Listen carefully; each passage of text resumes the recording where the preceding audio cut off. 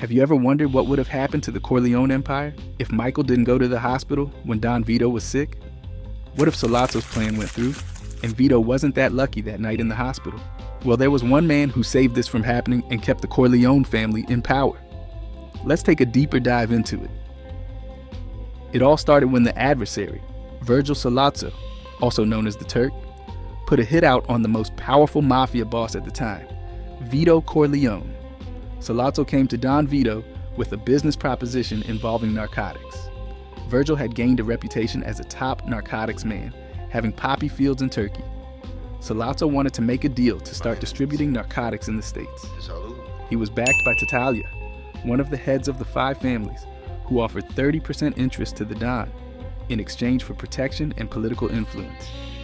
It really was a good deal for the Corleones, but Vito denied, due to his adverse feelings to the drug business. Now, during the meeting, his oldest son, Sonny, interjects into the meeting, seemingly interested in what Virgil has to offer. Are you telling me that the Tattaglias guarantee our investment? Sollozzo noticed Sonny's intrigue, and since Vito wouldn't do the deal, he knew Sonny might, so he put a hit out on the Don to further the deal. Shortly after the meeting, the Don was getting some fruit from a local vendor. There's an air of calmness and eeriness as he's picking out oranges when suddenly two men approach Vito. As Vito turns, he notices right away that two suspicious-looking men are approaching. Immediately, he starts running to his car, but these men draw and open fire on Vito, leaving him in critical condition. Okay, let's fast forward to the night where the Turk was planning on finishing what he had started.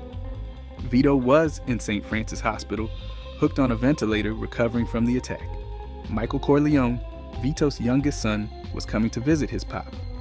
When he pulled up, he noticed no guards outside. A confused Michael went into the hospital and became increasingly concerned as no guards were inside either.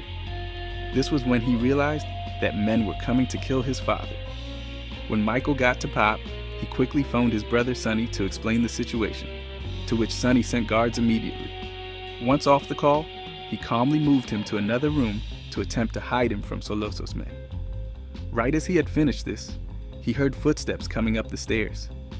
This man was walking with flowers in his hands towards Vito's room. Michael confronted him, asking him who he was. Who are you? I am Enzo, the baker. Michael explained to him what was about to happen, and Enzo unwaveringly said he would stay to help. Enzo and Michael went outside as Sollozzo's men pulled up and their presence spooked off Sollozzo's crew. Enzo single-handedly saved the Don's life. Let me explain. Let's look at the two scenarios if Enzo wasn't there that night. If Enzo hadn't come on that night to pay his respects, what would Michael have done? And what would have happened? There's two possible avenues that he could have done. One, he could have gone out on his own and stood there. Now, if Sollozzo's crew saw only one guy out there, they would have been much more inclined to follow through with the plan. Since the plan was that the hospital was going to be unguarded when they got there, they may have even mistaken Michael for a regular, civilian, or it could mean a visitor waiting for a cab, or the perception could have been Michael bluffing. This scenario more than likely would have ended in a disaster. Now, the second avenue is that Michael stays in the hospital. In this, this situation is probably less ideal than the first scenario. At this point, it's just a matter of time for the sitting goose Don Vito. Yes, Michael did switch his room, but I don't think that would have been the differentiator. Especially after the last failed hit attempt, I find it hard to believe that the hitmen wouldn't have searched the entire hospital before finding him. So in both scenarios, it's an L for Michael and Vito. On the other hand, the presence of both Michael and Enzo was just enough to fend off the hitmen. The two quote-unquote guards outside presented the idea and perception that they are Vito's men, which allowed for Tom Hagen to come just in time. Enzo's presence saved not only Vito, but also most likely Michael as well. The pure loyalty and bravery Enzo displayed was a true test of character and showed the respect that Vito garnered.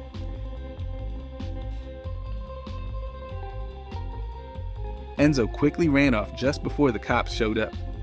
Captain McCluskey began interrogating Michael on why he was there, and after a tense exchange of words between the two, McCluskey proceeded to punch Michael in the face resulting in a broken jaw.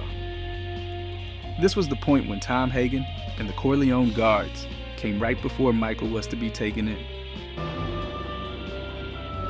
You did good. A quick side note, Enzo was only in America because of Don Vito. If you remember at the beginning of the film, Nazorin, this guy, asked Vito to keep Enzo in the country. He was going to be brought back to Italy, and Nazorin wanted him to marry his daughter. The Don came through with his request, and Enzo also repaid his debt to the Don. Now let's play the scenario. If Enzo isn't there, what happens after that? If this situation were to play out, this probably isn't the best situation for the Corleone Empire, to say the least. If Enzo weren't there, they could have and probably would have whacked Michael as well. Let's look deeper into this. Now, Sollozzo knew that Michael wasn't involved in the family business at the time and saw him as a regular civilian. But this wouldn't have stopped his men from having him sleep with the fishes too. I don't believe for one second that McCluskey would just take him in and eventually let him go.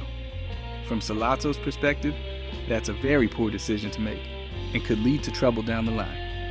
If they only killed Vito, it would have turned into a vendetta, just like a young Don Vito against Don Cicci.